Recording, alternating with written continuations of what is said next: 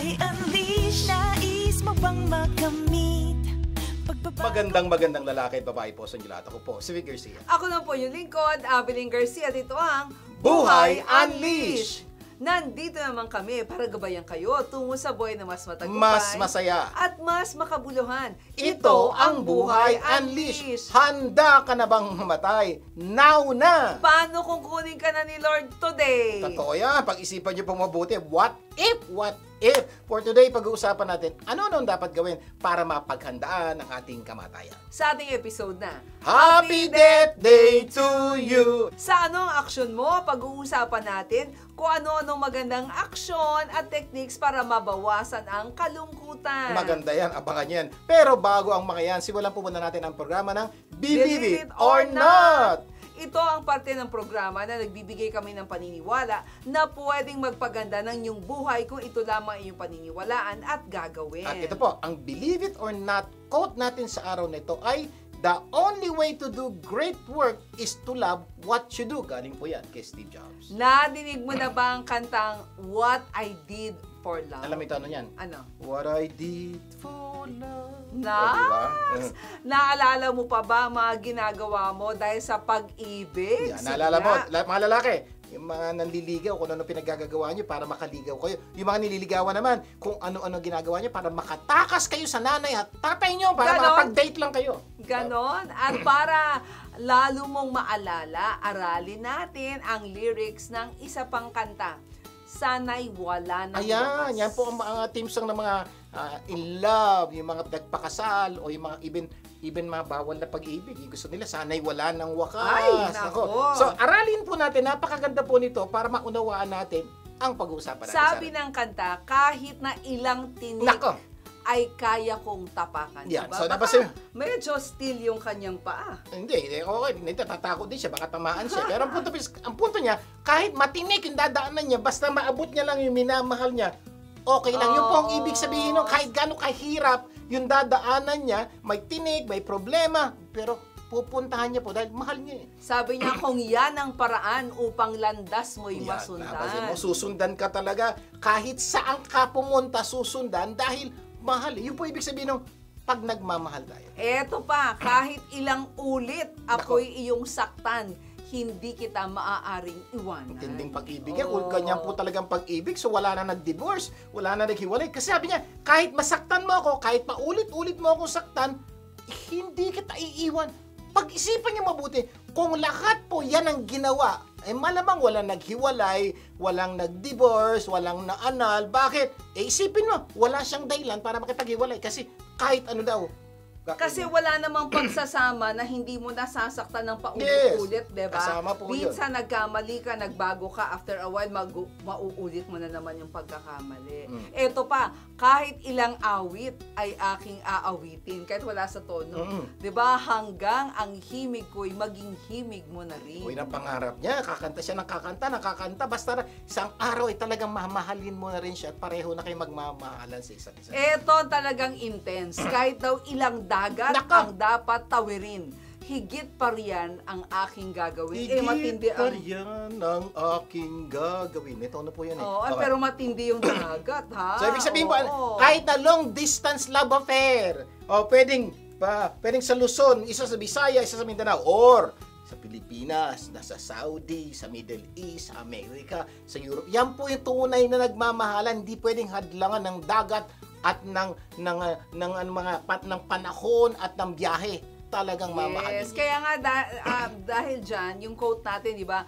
The only way to do great work is to love what you do. So kung yung lyrics ng kantang yun ay i-apply natin sa Whatever, misyon, trabaho, relasyon, ay talagang great work. Ibig sabihin daw po, kung ganun daw po tayo magmahal sa trabahong gagawin natin o sa misyon na ginagawa natin, eh talaga pong you can produce great work. For example, para si Steve Jobs, alam niyo siguro, si Elon Musk, ito po yung mga taong mahal na mahal po nila yung ginagawa nila. Kaya tingnan niyo naman po yung resulta ng kanilang mga pagpapagod at paghihirap. Oo. Grabe! Kasi nga po, dahil sa pagmamahal. O katulad sinabi mo kanina, no, ganun din sa trabaho o anumang bagay na ginagawa mo. kung love mo, ginagawa mo, handa kang gumawa ng kahit ano para gumanda ang trabaho mo. Mapuyat ka, mapagod ka, mahirapan ka, masaktan ka. Mag-aral ka, Oo. magbasa ka, magpa-training ka. Ibig sabihin, pagdahal mo talaga, kahit anong pagagawa sa'yo ng boss mo, gagawin mo. O kumisan, kahit hindi nga pinapagawa, gagawin mo. Yes. Promise, gaganda ang karir mo. Kaya kapag ginawa mo ang dapat mong gawin ng may pagmamahal, gaganda ang resulta ng iyong trabaho at misyon, di ba? At sigurado, aasenso ka, Correct. gaganda buhay mo, tataas ang sweldo mo. Alam nyo, isa sa pinakamalaking problema, bakit maraming empleyado ang walang sigla Naka. at asenso sa trabaho, ay dahil they don't love what they do. Totoo Para lang sa sweldo, Yan po di isang ba? katotohanan na Oo. dapat tanggapin natin. At bakit kailangan tanggapin? Para masolusyonan. Kasi nga po, marami pong empleyado ngayon, o ikaw, nakikinig ka, nagtatrabaho lang dahil sa sweldo. Hindi dahil gusto nila yung trabaho nila. Sa totoo lang, kung meron lang ibang trabaho, lilipat sila na gusto nila, kaya lang wala, kaya nandito sila sa trabaho, hindi nila gusto dahil sa sweldo. Correct. Minsan sabi, nako, kailangan ko lang naman gawin kasi ang daming babayaran. Yan ang bayarin, kaya Oo. kailangan gawin to. Pag ganun po sinasabi nyo, may konting problema na po yan. Malaki na po ang posibilidad na hindi kayo makapagbigay ng great, ng todo sa trabaho nyo dahil nagtatrabaho lang kayo hindi dahil sa passion o pag-ibig. Yes. Nagtatrabaho kayo dahil sa perang matatanggap. Oo. Kaya nga, di ba, pagka daw nagkaroon ka na ng confusion between vacation and vocation, di ba, nagbabakasyon ka ba o ito yung mission mo, you are on the right track. Kaya mula sa araw na to, maniwala ka. The only way to do great work is to love what you do. Ganda po, talaga po. Oo. Kung talagang gusto mo mag-produce ng great work, mahalin mo. Seryo ka naman ng great work. Di okay na gawin mo na yan. Dahil Oo, sa pera, nandiyan ka lang. ang problema, Oo. malamang di naman yan ang gusto mo. Gusto mong guminhawa, gusto mong gumanda buhay mo, gusto mong masenso. So, payo po namin, mahalin niyo po yung ginagawa. Kaya ikaw, ginagawa mo ba ang lahat para gumanda ang trabaho mo? O napipilitan ka lang? Sana hindi Oo. po nyo gawin yan. Dahil ang pinaparusahan nyo po, hindi lang yung boss nyo o yung kumpanya nyo, sarili nyo. Kasi hindi nyo Oo. binibigay ang todo, hindi gaganda yung trabaho nyo, hindi rin gaganda at asenso ang kumpanya. Kaya minsan hindi ka umaasenso dahil hindi mo mahal ang trabaho mo. Pag-isipan mo mabuti, Oo. baka ito isa sa mga dahilan bakit 5-10 taon na nandiyan ka pa rin, hindi umasenso, hindi tumataas ang sweldo, hindi na-promote, baka hindi mo mahal yung trabahong ginagawa mo. Kaya baka kailangan mo maghanap ng trabahong iyong mamahalin. Sana mula sa araw na to, maniwala ka at gawin mo. The only way to do great work is to love what you do. Huwag niyo pong kakalimutan. Para maging matagumpay o mas matagumpay ang iyong buhay. At sigurado kami, gaganda ang buhay niyo pag pinaniwalaan niyo po yung pinag-uusapan ko. Correct. Sana marami tayong natutunan na tunay na magpapaganda ng ating buhay. Magbabalik pa po ang Buhay Unleash. Huwag bibitiw. Buhay Unleash, nais mo bang makamit pagbabago?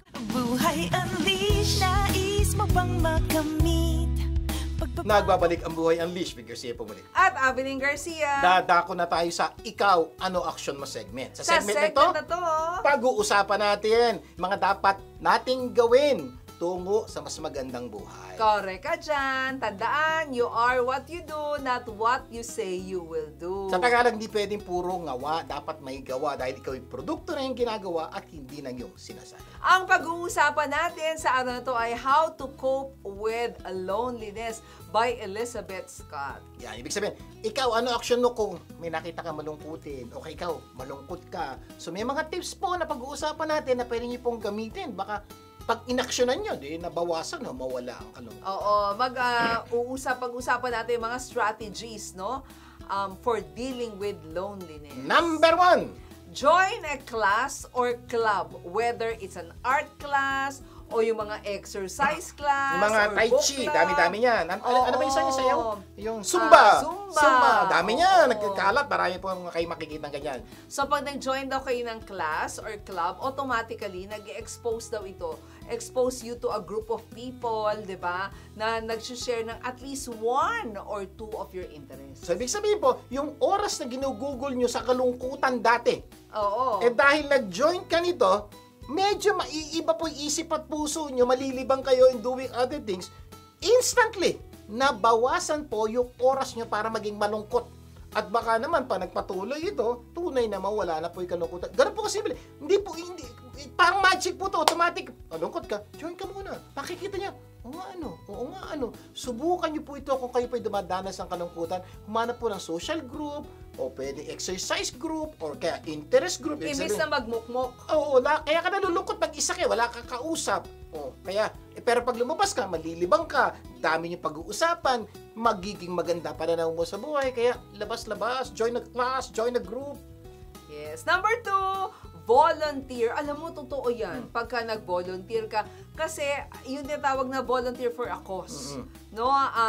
Naniniwala po dito ang nag-aral na to na nakakapag-provide daw po ito ng the same benefits ng pag-join mo ng class or nag-join mo ng club. Kasi nakakamit ka ng iba't ibang tao being part of the group and creating new experiences. But more than that, okay? Ang ganda po nito, pag ikaw nag-volunteer, ibig sabihin po, at that point in time, malapit na talaga mawala ang kalungkutan mo. Bakit? Kasi nag-volunteer ka para tumulong sa ibang tao, ibig sabihin na iniisip mo na yung problema ng iba. Correct. Kaya ka malungkot, nakatuon ang isip, puso sa sarili mo. Sa sarili mo, kaya nalulungkot ka talaga. So, biglang nag-volunteer ka. So, ngayon, dahil nag-volunteer ka, unang gagawin mo, saan ka nag-volunteer? Normally, para tulungan yung ibang tao. For example, soup kitchen. Ito po yung isang bahay, nagpapakain sila. O kaya naman, kuha ka lang, mag-a-assist ka lang to somebody to do it. My point is this, pag ginawa nyo po mag-volunteer to help other people, doon pa lang po, intention pa lang, ay panalo na po kayo. Kaya nga mas maganda yung ang mind mo is seed-minded. Nagtatanim ka sa buhay ng iba rather than need-minded. Yung utak mo, yung pangangailangan mo. Tapos, working with those who have less, di ba? Yung mga less privileged, then you can help feel a deeper sense of gratitude. Pag ikaw po nag-volunteer, tumulong sa mga taong medyo kapuspalad, bigla mo may isip, ba't ba ako malungkot? Ang ganda ng buhay ko kumpara sa kanila. Yun yung isang bagay, instantly po pwedeng mawalay kalungkutan mo kasi totoo po. Pwedeng maraming kang pangangailangan, pero maraming po tao sa maraming pangangailangan kaysa sa'yo. Number 3, find support online. Pwede namang online. May mga pagkakataon naman po kasi na hindi ka mahilig lumabas o hindi ka pwedeng lumabas. It's either physical disability o talagang malayo and everything. May iba naman kasi layo-layo, di sila pwede mag-volunteer, Lahat po ito, pwede ka pa rin mag-volunteer, pwede ka pa rin mag-join ng club through online. Ibig sabihin po, lalo na uso ang Zoom ngayon, so mag-Zoom class ka. Zumba. Sir, pwede mag-Zumba class ka din. Nagsusumba sila picture. Ang dahil po pwedeng gawin ngayon. Tsaka maghanap ka ng mga tao na pareho kayong may interest. No? Pwede kang mag-join ng Facebook or meet-up groups focused on your passions. Cook Facebook account na may mga taong nasa cook club. So, lagi-isa ko, pwede kang halubilo sa kanila through social media. O tanong ko, paano magluto nito? So, may sasagot sa'yo. Sasagot ka rin. Meron ako alam na recipe. Share ko sa inyo. Ay, promise, ang ganda kong mangyayari. Ito naman, number 4, para mawala ang kalungkutan, strengthen existing relationships. No? Ibig sabihin po, kaya tayo nalulungkot, hinahanap natin nung wala Kung minsan may nanay ka, may tatay ka, may kapatid ka, may pinsan ka, may kamag-anak ka, may kaibigan ka, may kapitbahay ka. Kung minsan, inis ka sa kanilang lahat, kaya ka nalulungkot. Bakit di mo strengthen yan para sumaya ka?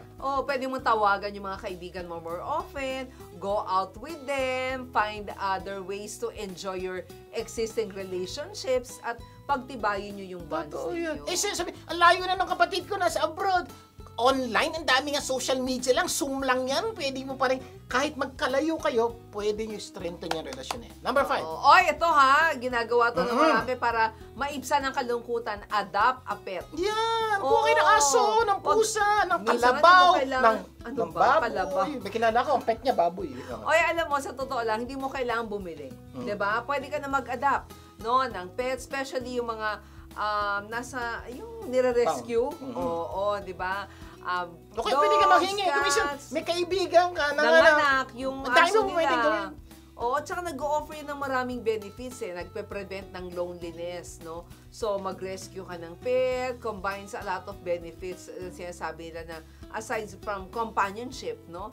Nakaka-fight daw yan ng loneliness. Especially po yung nag-iisa ka lang sa bahay, wala kang makausap, Ito po, yung pet, makakatulong po yan. May kakausapin ka, sasagot yan. Meow yan. Talaga? Tatahol yan. At least meron ka nakakausap, nakakabawas po yan. Sabi nga nung isa yung pet daw nakakapag-provide ng unconditional Oo, love. totoo yan. Which can be a great parang solution mo Sa iyong loneliness. Number 6. Number 6, talk to strangers. What?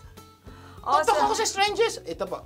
Sabi po ng sige, ma'am. pag-aaral that doing so contributes to our social and emotional well-being. So, next time, may na-meet ka. Sa coffee shop. Oo. Di ba? Neighbor mo. Yun po ang normal ginagawa ng asawa ko.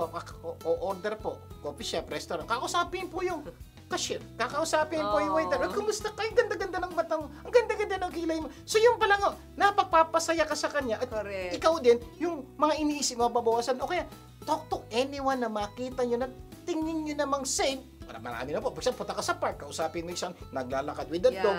Ang dahil po, mapapansin nyo, you might be able to develop a friend that will change your life forever. Mag-strike ka ng conversation, di ba? Yung cute ng dog mo! Oo, pwede mong batiin yung damit niya, di ba? So, you might just find that you feel happier pagkatapos. Promise, gawin niyo po. Number 7. Practice self-care. Yan, ito po, napaka-importante. Isa daw sa mga dahilan po ba tayo nalulungkot dahil sa pagkain ating kinakain. Meron palang ganon. Yes, kaya kumain ng nutritious food, mag-exercise, get enough sleep. Yeah, kumisa kaya po tayo malungkotin, puyat tayo irritable tayo Number 8, keep busy. Yan. Distract yourself from those feelings of loneliness and make a date with yourself. Kasi normally po, pag wala kang ginagawa, parang ang default loneliness. Pero kung may gagawin ka, nakakalimutan mo yung loneliness. Kaya napaka-importante po, dapat po may gagawin kayo araw-araw, may plano kayo araw-araw, may bala kayong gawin araw-araw. Pag ginawa niyo po yan, wala na kayong oras para maging malungkot. Kasi isipin na tayo mag ginagawa. O kaya nga, do you have a hobby you've always wanted to take up? Or do it! Home improvement project? Naku, matagal na niyang plano, gawin mo. Paglilinis ng kwarto ng garahe niyo, gawin niyo na. At kung hindi pa rin, Number 9. pwedeng see a therapist. Yan. Kasi it may be a good idea to seek psychotherapy to help with loneliness. O kaya talaga nahirapan ka, baka makatulong din sila. Tumisa po talaga, parang hindi mo na kaya, may mga tao pong pwedeng tumulong po sa inyo. And lastly, dagdagan ko po, step number 10, you pray. Yes. Because God is always there to help us in times of need. Laging tandaan, lahat ng problema ay may solusyon. Kung minsan alam natin ang solusyon, ayaw lang natin gawin. Pero kung minsan, talagang hindi lang natin alam ang solusyon. Kaya kailangan natin ng tulong sa iba. Yes, okay. Pero bago tayo mag-break, may reminder lang ang Glorious! Para maging healthy ang break ninyo, have a healthy break time with refreshing icy drinks without the harmful effects of sugar. Oo. Iced tea walang sugar? Ito po yun. Ito po yung iced tea na mai-enjoy nyo, pero wala po yung danger na makakain kayo ng sugar na hindi tama sa iyong katawan. Sir, walang sugar yan. Opo, kasi po ginagamitan po ito ng healthy sweetener na stevia. Yes, plus pwede ka na mag-enjoy ng tea with different flavors katulad ng red tea, lemon, cucumber. Yan, may mga tao. Ito po maganda, healthy na, masarap pa, matipid pa. Isang sachet lang po nito, dadagdagan nyo lang po ng 5 glasses of water, meron na po kayo 5 baso ng masarap na iced tea. Kaya kung gusto mo ng healthy break, get a glass of iced tea from Glorious. Kaya kayo, mag-iced tea na rin kayo. Yan. Mamaya po, sa itanong mo lang, pag-uusapan natin ano-ano dapat gawin para mapagandaan ang ating kamatayan. Magbabalik pa ang Buhay Unleashed. Huwag bibitin. Buhay Unleashed, nais mo bang makamit pagbabago? Buhay Unleashed, nais mo bang makamit pagbabago? Nagbabalik ang Buhay Unleashed, Vic Garcia po muli. At Evelyn Garcia. Dadako na tayo sa ating segment na itanong mo lang. Dahil ang paniniwala namin, when you don't know, don't guess. Itanong mo lang. Kapag hindi alam, huwag manghula. Itanong mo lang. At para simulan ang itanong mo lang segment, pakinggan natin ang kasagutan sa inyong mga accounting questions mula sa President and CEO ng Caballero Lacsa & Company CPA sa si Lorna Lacsa. Lorna! Magandang lalaki sa iyo, Sir Vic, at magandang magandang babae sa iyo, Ma'am Abilene. Balikan lang natin sandali ang tax mapping dahil ang daming mga follow-up questions. Kasi pag dumating ang BIR inspectors sa kanilang place of business, ang unang hinahanap kung naka-display ba ang tinatawag na dati ito ay ask for a receipt, ngayon ay notice to issue receipt or invoices, no? NIRI na tinatawag. Pangalawa hahanapin ay yung certificate of registration. Naka-display po iyan, nakalagay sa kwadro at yan nakahang po yan sa place ng business. At pagdating sa records, bookkeeping, hahanapin nila ang kanilang accountant or ang bookkeeper at hahanapin ng mga accounting journals. At last, natitingnan nila kung may laman. So marami po tayong na-encounter na ang mga books of accounts ay empty dahil hindi nila nilalagyan on a daily basis. Kaya po malaki po ang penalty nito. Hindi lang po yata 25,000 at kailangan po nilang ipakita talaga sa inspector na ito po ay may laman. At hindi lang po basta laman, dapat po ito ay registered books of accounts. Kailangan may mga tatak ng Bureau of Internal Revenue. Sa susunod ay bibigyan natin ng tips para makaiwas sa ating mga stresses pagdating ng tax mapping. Yan lamang po at God bless us all. Thank you. Maraming salamat, Lorna. At kung meron kayong problema o tanong patungkol sa accounting, tawagan lang ang Caballero Lacsa & Company CPA sa mga numerong 0917-836-4747 or 0917-8100-0796. Okay, maraming tao ang pinaghahandaan ng kanilang birthday, tama? Oo. Hindi lang pinaghahandaan, pinagkakagastusan pa. Ay, yung iba excited sa birthday nila. Siyempre Bakit? naman. Kasi may mga regalo na matatanggap. Pero gaano karaming kilala po ninyo ang pinaghahandaan ang kanilang kamatayan? O death day. Oo. Merong ganon paghahandaan ng death day? Totoo po yan. Kaya makinig po kayo mabuti dahil paliliwanag po namin sa inyo na mas importante ang death day kesa birthday. Kaya may kilala ba kayong excited or happy sa kanyang death day? Pero sa totoo lang, mas dapat nating pinaghahandaan ang ating kamatayan dahil minsan ka lang mamamatay. Sabihin niya, minsan din naman ako pinanganak. Totoo rin po yun. Pero papaliwanag po namin sa inyo isa-isa ang importance ng paghahanda sa ating kamatayan. Hindi, ito minsan ka lang mamamatay pero marami kang magbe-birthday. Oo. Pero minsan ka lang pinanganak. Okay? Oo. Pero marami ka ng birthday na pwedeng gawin. Sabi naman ng iba, maraming bride, minsan ka lang ikakasal. Di po totoo yun! Dapat daw pagandaan dahil minsan lang ikakasal. Marami po ako kilala, ilang beses na kinasal. Oo, totoo yun. Dahil maraming tao parang pagkatapos ito, nag-divorce, ito na naman, nag-anal, at kung ano. Pero, totoong minsan ka lang mamamatay. Totoo Isa yan. pa, kapag nagkamali ka sa paghahanda ng iyong birthday, pwede mong itama Sa susunod na mong birthday! Okay, kung gusto mo, Oo. mag-birthday ka uli next week! Pero kapag nagkamali ka sa paghahanda sa iyong kamatayan, ay hindi mo na ito pwedeng itama. Yun po ang problema dahil patay ka na. Oo. At sa ating death day, sana imabati natin ang ating sarili na happy death day to me. Kantahin mo, Happy Death Day to me. Yes. Happy Death Day. Sana po, yun po, ako po, yun ang aking panalangin na ako po sa aking araw na kunin ako ni Lord. Sana happy ako. Kasi po, yun po importante na pag naging happy tayo sa araw nating kamatayan, hindi lang po tayo maging happy, masking iiwanan natin. Sir, pwedeng maging happy ang iiwanan natin sa ating kamatayan? Opo, kung makikinig kayo sa amin. Dahil masaya tayo sa ating kamatayan, dahil ito ang ito ay napaghandaan natin. Ito, tanong po, ikaw, makinig ka mabuti. Mapaghandaan na ba ang iyong araw na kamatayan? Pakitanong mo yung katabi mo.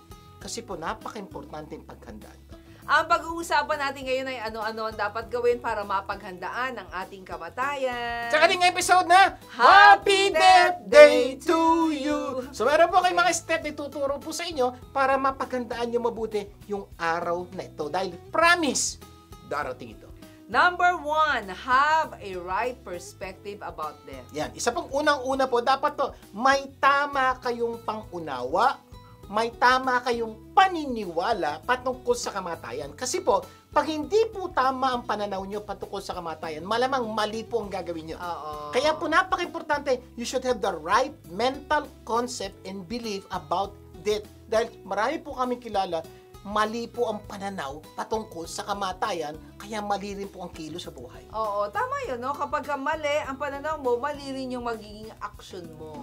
Diba? Ano yung mga paniniwalang dapat nilang paniwalaan Naalala patungkol ko sa yung kamatayan? sinabi ni Socrates. Sabi niya, death may be the greatest of all human blessings. What? Sabay pagpapala, papala daw yun. What? Ang kamatayan, pagpapala? Kasi parang, ngayon ko lang yan, siguro sa inyo, ngayon nyo lang nadinig, pero totoo po yan. Ang kamatayan po, pagpapala. Bakit? Maraming po tao kaya inaayos ang buhay nila, pinapaganda ang buhay nila, dahil one day naniniwala siya, patatapos lahat to. Oo. So dahil doon, itinatama nila, ginagawa nila ng tama, tinuturuan ng kanilang mga anak ng tama. Bakit? Alam nila one day mawawala sila. So hanggat buhay sila, ginagawa nila yung tama. So what happened? Yung kamatayan, naging pagpapala. Correct. Si Plato naman, sabi niya, I have good hope that there is something after death. Ayan, isa pong paniniwala naman po to. Naniniwala daw po siya na may iba pang mangyayari pagkatapos siyang mamatay. Napaka-importante Kumbaga, po ito. hindi siya ang the end. Hindi po dahil namatay na kayo, tapos na. Hindi po.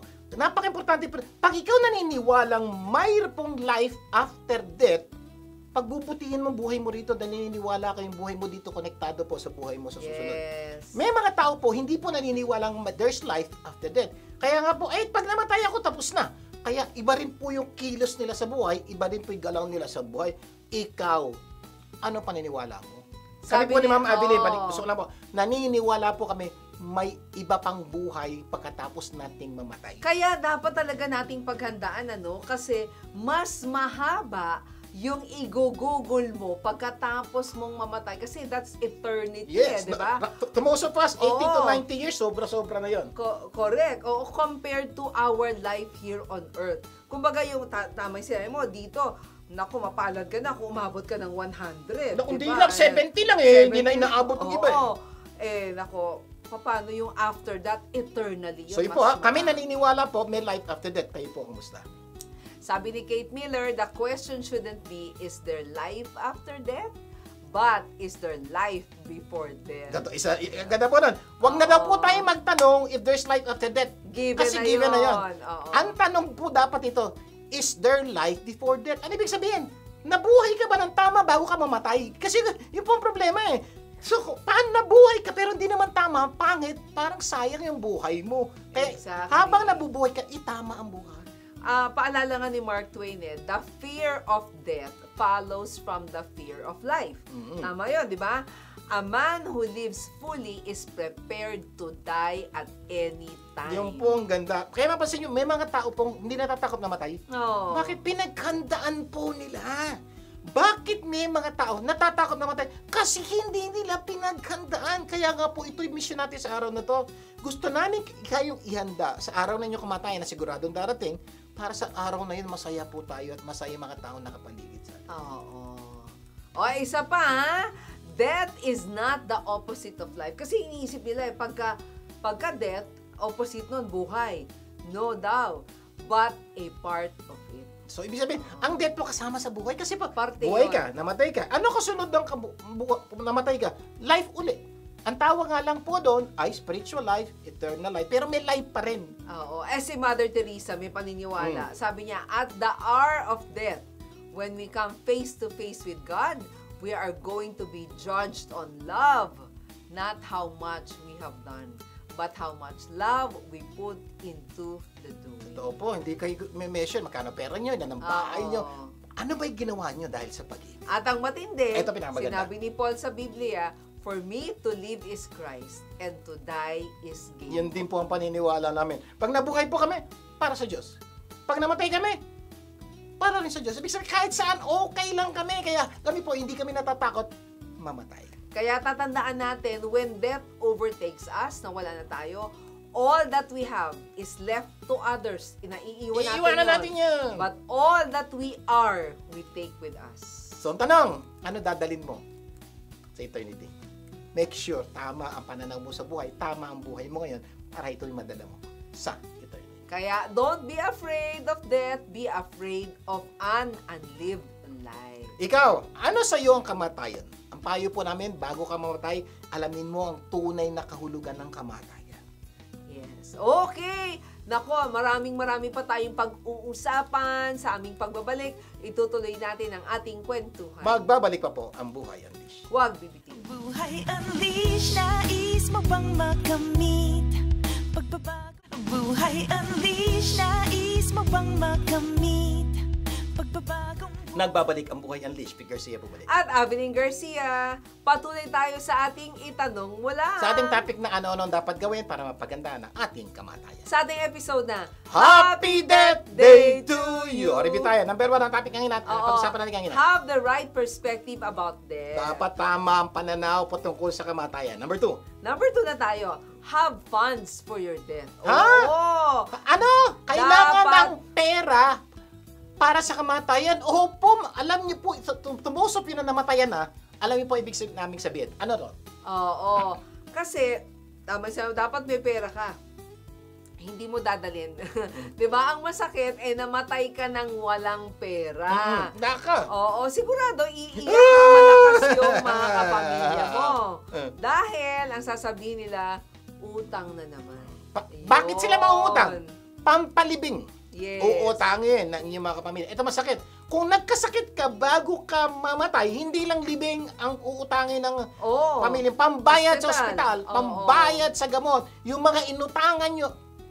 Think about it. Kaya napaka-importante po, paghandaan ng kamatayan, dapat meron kayong perang inilalaan sa iyong kamatayan. Ang masakit, patay ka na, sinisisi ka pa ng mga kapamilya. Ano sisi nila? Dahil sa kinanay kita tayo nabaong kami sa utang. Hindi po ako nagbibiro. Napakarami pong anak ngayon na buhay pa.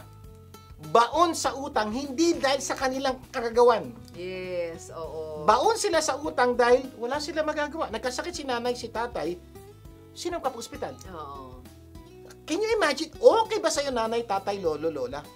Mabaon sa utang ang iyong mga anak at apo dahil sa hindi mo pinaghandaan ang kamatayan.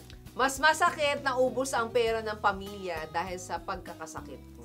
Diba? Minsan po, may pamilya po, ikaw, nagkasakit ka, may bahay ka, may lupa ka, nabenta lahat na ubos. Okay pa yun, at least ikaw yung gumasos sa iyong kamatayan. Ito masakit. Nabenta yung bahay ng anak mo, kotse ng anak mo, ari-arian ng anak mo dahil sa kasakit mo. Ako, hirap po. Kaya ang payo po namin, bago tayo mamatay, siguraduhin natin meron tayong memorial plan, may life plan. Isa-isa natin yan. Diba? Ang memorial plan po, ito po yung binibili po natin para sa araw nating kamatayan. Mayroon na pong aayos ang ating pagpapalibing. Okay? Maski yung funeral. Nakaplano na. Kuminsan po, ang masakit po, pag namatay tayo, saan ka lilibing? Paano yung punerarya? Paano yung lamay? Ito po, pwede nyo ng paghandaan ngayon. Bumili na po kayo nito para sa araw na nyo kamatayan. Ito maganda. Tatawagan nyo na po yung company na binili nyo. Ito maganda. Yung anak nyo, mapagko-concentrate sa pag-iyak. Hindi na po siya mag-iisa na kukuha ng pera. Paano ito? So, yun po ang ganda. Pag napaghandaan nyo, bumili kayo ng memorial plan o life plan. Kumbaga may panglamay ka na, may panlibing ka. Yan ang ibig sabihin. At para hindi maghirap ang iyong pamilya sa araw na iyong kamatayan. Ganun na po. Ang ganda. Babayaran mo na ngayon habang buhay ka para mangyari yun. Walang problema. Kapamilya mo. Yes. Promise. Makakatulong yan. Number 3. Number 3, leave a legacy to your loved ones. Dapat meron kang magandang iiwan, no? Tandaan niyo po. Para sa mga mahal sa buhay. Ang tagal mo na buhay sa mundong ibabaw. Ito tanong ko, pag ikaw namatay, ano kaya ang maalala ng anak mo sa'yo? Ano kaya maalala ng apo mo? Ay naku, si tatay, si lolo, ganito. Ibig sabihin po, siguraduhin mo maiiwanan kang magandang bagay o legacy before you go. Kung tingin mo hindi na maging maganda buhay mo before, pwede mo itama ngayon para bago ka kunin ni Lord, maitama mo. Kung tingin mo maganda ang buhay mo ngayon at may iwan ka na, pwede mo pandagdagan. My point is this, right now, do something na maiiwanan kayo maganda sa inyong mga kapamilya. Kasi sa totoo lang, pangarap ng maraming magulang, no, na may ipapamana sa kanyang mga mahal sa buhay, di ba? At sa araw ng kanilang kamatayan, syempre yun yung gusto mo may maiwan. Normally po, ang problema lang natin, ang palagi natin iniisip, pamana sa pera at ari-arian, hindi po, okay po yung kami bibigay ka.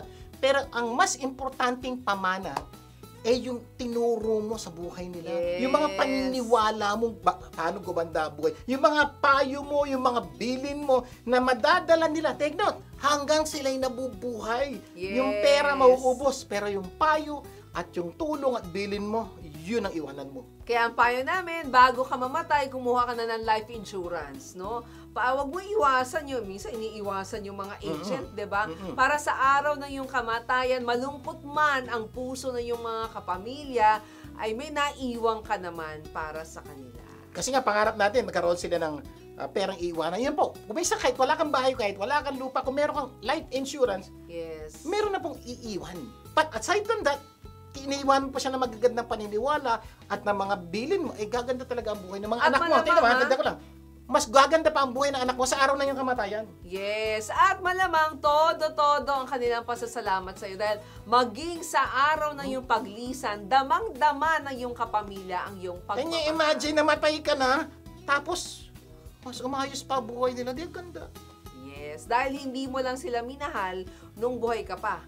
No, minahal mo sila kahit patay ka na. Yan na Diba? naman. Pero higit sa life insurance, pera at material na bagay, iwanan mo ang pamilya mo ng mga bagay at paniniwala at bilin na tunay na magpapaganda ng kanila. O, yung kailanman hindi mawawala, di ba? Hindi pwedeng nakawin. Oo, pamanang kahit saan ay daladala at kahit kailan ay hindi mawawala. Ang masakit pa ay wala ka ng iniwang maganda, nag-iwan ka pa ng pangit. Yun ang medyo Problema talaga. masakit.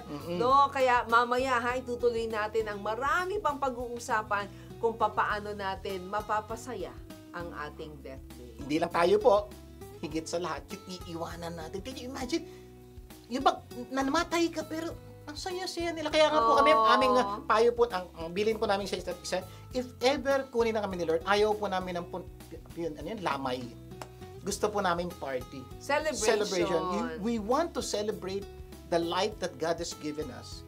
And at the end of our life is death. We want to celebrate because at the day of our death, papunta na po kami sa langit, makakasama namin ng Diyos. So, ibig sabihin, hindi po dapat tayo malungkot sa araw ng ating kamatayan kung napagandaan natin ang ating kamatayan. Yes, mamaya marami pa tayong pag-uusapan. Magbabalik pa ang Buhay Unleashed. Huwag bibiting. Buhay Unleashed, nais mo bang makamit pagbabago?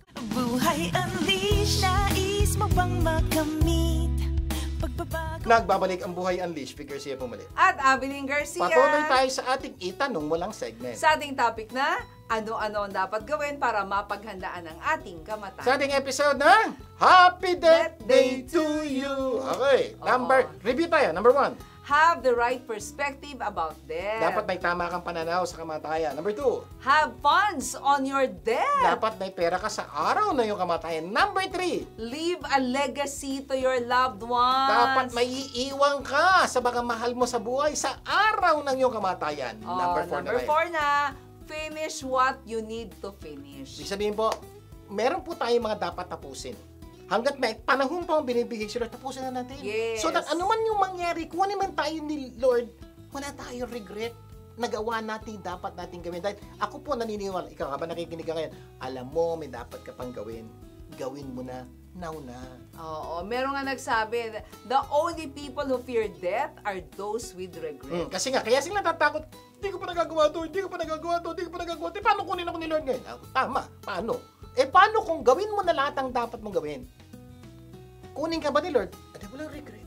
Correct. At kung sa bawat araw na binigay sa iyo ng Diyos, ginawa mo ang mga dapat mong gawin, wala kang dapat ikatakot sa kamatayan. Ito po yung mga taong game na Boy Scout at Girl Scout na kahit Laging handa. anong araw kunin siya ni Lord, even now na, handa po sila. Ito po yung mga tao, happy death day to you talaga. Talagang masaya sila sa araw nila kamatayan dahil nagawa po nila yung lahat ng dapat nila gawin. Sana kayo rin. Yes, pero kung may mga dapat kang gawin pero hindi mo pa nagagawa, ang payo po namin, bago tayo mamatay, gawin na natin. Ito no? po, Just do it now. Gawin. Siguro, ano ba yung tingin yung dapat namin gawin?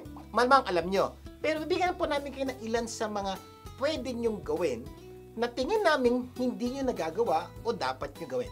Kung nakasakit ka ng damdamin ng iyong kapamilya, kaibigan mo, may nasabi kang hindi maganda, maybe it's about time for you to ask for forgiveness. Totoo, habang buhay ka pa. At least ibang, makunin ka man ni Lord ba, maya bukas, nagawa mo yung dapat. Oo. Ito masakit. Paano kung may nasaktan ka, nakamatayan mo, Di ba hindi maganda yun? Lalo-lalo na, kung yung nasaktan mo, kapamilya mo, nanay mo, tatay mo, kapatid, alam niyo po, may kilala po kami, mag-ina. Sabi niya, kahit sa araw na yung kamatayan, hindi ka tayo patatawarin. Ang sakit po noon, can you imagine? So, kayo po, tingin niyo meron kayong nagawa ng sama na hindi maganda. Hingi ka ng tawad, nakakahiya. Sige, kung nahiya ka face to face, i-text mo. Or minsan parang sinasabi, bukas na lang, next week na lang. Paano kung wala ka na bukas? Ay, nako, it might be too late, no? In the end, we only regret the chances we didn't take. Right now, you have a chance to do something. So basically, una is asking for forgiveness. But there's a second thing. Oh. You need to give forgiveness. May mga taong nakasakit sa'yo. Tama. Ilang beses na humingi ng tawad. Hindi mo pa rin pinatatawad. Yun. Can you imagine kung paano kunin ka ni Lord ngayon, ang kamatayan mo, hindi ba bigat sa puso na naiwan mo? What if, give forgiveness now? At by the way, hindi lang po sila ang sasaya pati ikaw. Bakit?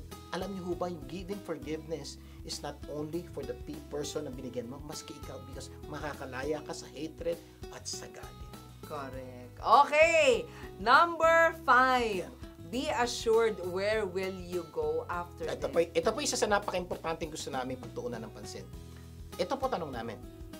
Saan ka pupunta pag namatay ka? Dito po papasok kung kanya-kanya nating paniniwala.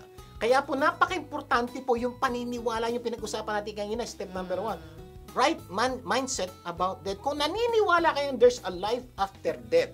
Ito tanong. What kind of life you will have after death? Correct. Saan ka mapupunta? Dapat sigurado, no, kung saan tayo pupunta sa araw ng ating pagkamatay. Kasi kung hindi naman tayo naniniwala sa life after death, parang wala rin. Walang problema. Huwag mo paghandaan diba? ng life after death. Wala namang mangyayari.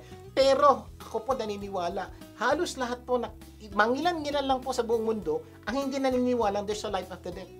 Halos lahat sa atin naniniwala there's a life after death. Ang tanong, pinaghandaan nyo na ba ang life after death? Oo, otherwise, ang paghahandaan mo, yung libingan mo dito sa lupa. Gandahan mo yung libingan mo dito, dahil ending mo na yan. Diyan na ending ng Kasi buhay mo. parang iniisip mo, wala nang life after death, so yan na. And then yan yung final destiny mo. Hindi. To most of us po, we do believe there is life after death. May buhay. At sabi nga ni Ma'am Avelin kanina, on earth, maybe 70, 80 years. Yes.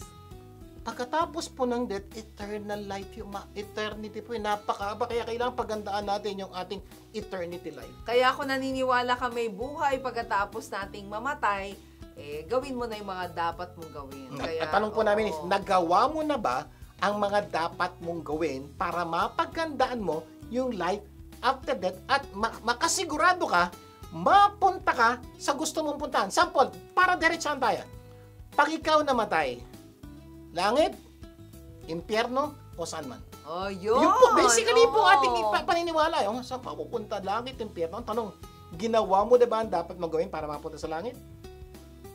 Yun ang kailangan mo sabihin. Kung naniniwala ka sa Diyos, itong sabi niya, my sheep hear my voice, and I know them, and they follow me, and I give unto them eternal life. Yan po sabi ng Diyos. Diba? Ang Diyos po, magbibigay sa atin ng eternal life. Ito po yung life after death.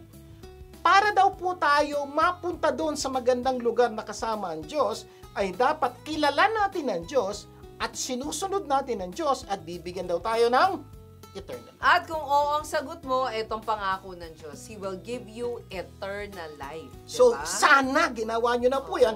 Ibig sabihin, game na kayo, handa na kayo. Pero kung hindi ka pa sigurado, kailangan mo siyang sundin. No, yung kanyang pinag-uutos, and He will give you eternal life. Kasi nga, merong life after death. Ibig sabihin po, sa araw ng iyong kamatayan, gusto po namin kayong maging happy.